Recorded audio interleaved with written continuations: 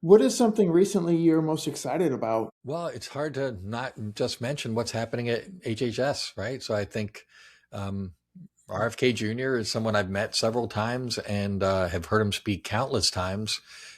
He's a regular at these autism conferences, and it's not like he was coming in there and seeing an opportunity and saying stuff, placating people. I mean, he sincerely is in earnest with just wanting these agencies to do what they're supposed to do for the real science to be done. So I couldn't be more optimistic that with him there, a lot of positive change can be accomplished, and it's already, I think, a lot that's happening.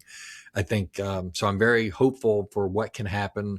I'm very hopeful with respect to an organization like Children's Health Defense and what they're doing. And so again, I'm huge fans of those organizations, and I feel like we're getting to a point now where I think parents will have much more information about what's happening. A lot of these stressors, these things that are maybe contributing to the rise of or the explosion of autism, can be addressed, and we can turn the tide. And ultimately, there's just so many kids who are hampered and challenged in so many ways, and I think RFK Jr. in that role can uniquely really stem the tide across so many fronts. And he's got to be strategic with how he goes about it.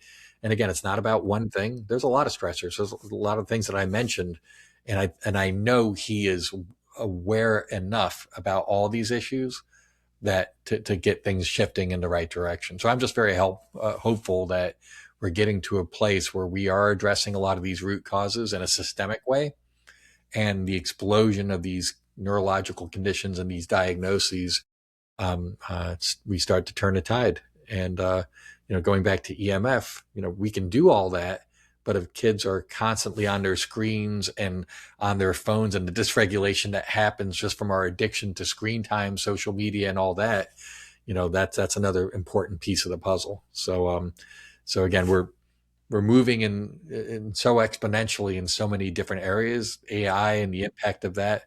But for these known stressors that are out there, to be able to start having policy and science that helps us to make better decisions as a society, I couldn't be more hopeful now that he's in place and he's assembled the right team.